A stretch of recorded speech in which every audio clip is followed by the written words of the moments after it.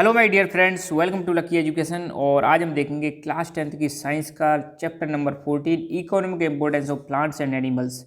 इसमें ये हमारा लेक्चर नंबर 2 है और आज हम जानेंगे सीरियल्स के बारे में। सीरियल्स का मतलब होता है अनाज, ठीक है। तो आपको पता है हर घर में मतलब अनाज बहुत इंपॉर्टेंट इसका रोल होता है। डेली हम जो खाना खाते हैं, चपाती खाते हैं या फिर राइस खाते हैं, वो किसकी कैटेगरी में आता है? सीरियल्स की कैटेगरी में आता है। तो सीरियल्स के बारे में जानेंगे और ध्यान रखना इस चैप्टर में से साइंटिफिक नेम पूछे जाते हैं। साइंटिफिक नेम या इनको हम बोलते हैं बॉटेनिकल नेम। तो बॉटेनिकल नेम याद रखने की प्रैक्टिस अभी से आप करना स्टार्ट कर दो, ठीक है। तो इसी वाले लेक्चर से हम देखेंगे कुछ सीरियल्स हैं, उनके आपको साइंटिफिक नेम आने चाहिए। तो पहले तो सीरियल्स मतलब अनाज। तो cereals are the most important group of food plants. तो फूड प्लांट जो हैं, जो खाने वाले जो प्लांट्स हैं, उनमें सबसे इंपॉर्टेंट कैटेगरी किसकी है? सीरियल्स की है। तो ये जो प्लांट हैं, सीरियल्स जो हैं, ये किस कैटेगरी से आते हैं? तो ये चीज़ ध्यान रखना। ये प्लांट की एक फैमिली है जिसको हम बोलते हैं ग्रास फैमिली। ग्रास फैमिली से आते हैं। और ग्रास फैमिली में भी कौन सी है, इसका आपको नाम याद रखना है, ग्रैमनीपोएसी। ग्रैमनीपोएसी, ध्यान देना, मैं दोबारा इसको प्रोनाउंस कर रहा हूँ। ग्रैमनीपोएसी फैमिली से ये बिलोंग करते हैं सीरियल्स, ठीक है, जिसको हम ग्रास फैमिली बोलते हैं। तो घास की तरह ही होती है, ज़्यादा बड़ा इनका प्लांट होता नहीं है, ठीक है।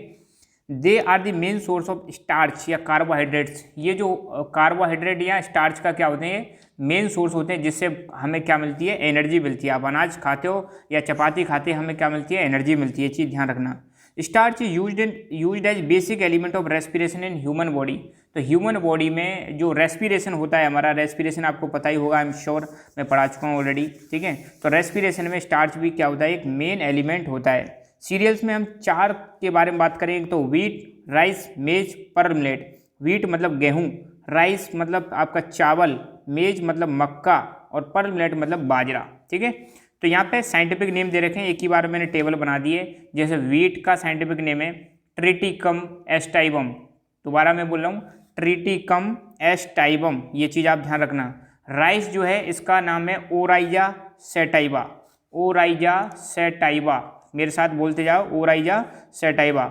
मेज जो है मक्का, इसको बोलते हैं जिया मेज। जिया मेज, जिया मेज मतलब मक्का। और 4th नंबर पे आपका जो बाजरा, जिसको पर्ल मिलेट मतलब बाजरा, इसका नाम है पेनिसिटम। पेनिसिटम, पेनिसिटम टाइफाइडिस।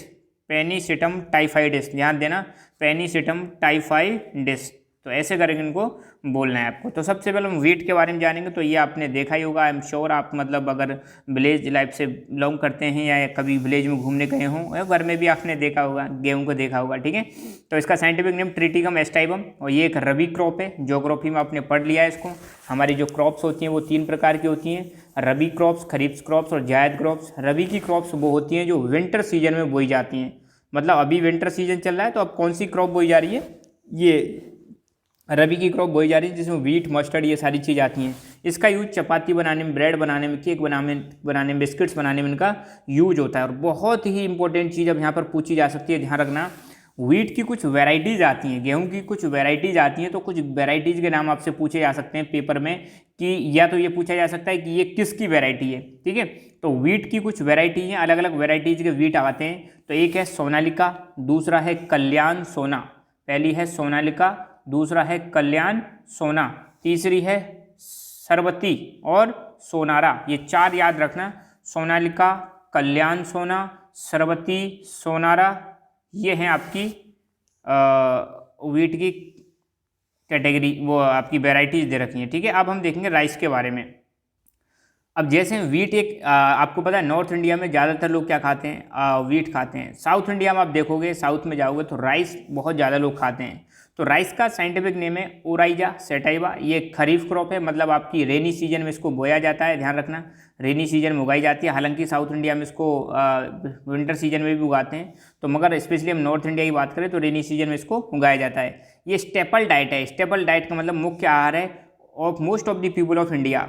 भारत के ज़्यादातर लोगों की मेन डाइट जो पूछी जाए तो वो क्या है, राइस, क्योंकि जो आपके कोस्टल एरिया में जो लोग रहते हैं, कोस्टल एरिया में जनरली ये लोग रहते हैं, ये राइस ही खाते हैं। और इंडिया सेकंड लार्जेस्ट प्रोड्यूसर है राइस का वर्ल्ड में, ध्यान देना, India is the second largest producer of rice in the world. हालांकि बुक में गलत लिखा हुआ है कि India is the top in the world in rice production, top पर आपको पता है चाइना है, ठीक है, मैं आपको बता देता हूँ, तो ये चीज़ थोड़ा करेक्ट कर लेना। तो इंडिया सेकंड लार्जेस्ट प्रोड्यूसर है राइस का वर्ल्ड में। राइस की भी कुछ वेराइटीज़ दे रखी हैं, जैसे बासमती राइस, स्वर्ण दाना राइस, जया रत्ना सोना, ठीक है, जया रत्ना सोना, बासमती, स्वर्ण दाना, तो ये हैं राइस की वेराइटीज़। तो क्वेश्चन पूछा जा सकता है कि राइस की 2 वेराइटीज़ के नाम लिखो, राइस की 2 वेराइटीज़ के नाम। अब आते हैं मक्का पर, मेज मतलब मक्का, मक्का के बारे में तो आप जानते ही हो, ठीक है, कॉर्नफ्लेक्स इसी के खाते हैं, जो कॉर्नफ्लेक्स होते हैं वो। ओके, तो साइंटिफिक नेम जिया मेज, ये भी एक खरीफ क्रॉप है, मतलब इसको भी बाजरे के साथ उगाया जाता है, जो बाजरा बोया जाता है उसी के साथ उगाया जाता है मक्के को, ठीक है।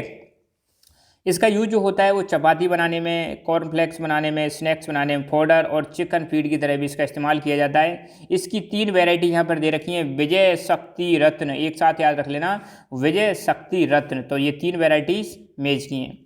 अब हम आते हैं पर्ल मिलेट। पर्ल मिलेट का मतलब है बाजरा, जिसका साइंटिफिक नेम मैंने बताया था आपको, पेनिसिटम टाइफाइडिस, पेनिसिटम टाइफाइडिस इसका साइंटिफिक नेम है। और ये खरीफ क्रॉप है, मतलब रेनी सीजन में उगाया जाता है। और ये कोर्स सीरियल है, कोर्स सीरियल का मतलब मोटा दाना है, कैसा दाना है, मोटा दाना है, कोर्स का मतलब मोटा। और ideal for growing in water deficient areas, तो यहाँ ये चीज़ आप ध्यान रखना, ये जो क्रॉप है कहाँ पर उगाई जाती है, जहाँ पर पानी की कमी होती है। वाटर डेफिशिएंट एरिया का मतलब ऐसे एरिया जहाँ पे पानी की कमी है। तो आपको पता है अपना राजस्थान जो है इंडिया में नंबर 1 है राइस प्रोडक्शन के मामले में, किसके, सॉरी, मिलेट प्रोडक्शन के मामले में। मिलेट सबसे ज़्यादा भारत में उगाया जाता है, कहाँ पर, राजस्थान में। और आपको पता है राजस्थान में बरसात भी कम होती है, स्पेशली वेस्टर्न राजस्थान की बात करें हम, जो अपना पश्चिमी राजस्थान है जहाँ पर डेजर्ट है, तो वहाँ पर आपको एक ही क्रॉप देखने को मिलेगी जो है आपकी मिलेट। तो बस आज के लिए इतना ही, बाकी चीज़ें हम कल डिस्कस करेंगे। सो मिलते हैं अगले लेक्चर में, तब तक के लिए खुश रहो, मुस्कुराते रहो। जय हिंद, जय भारत।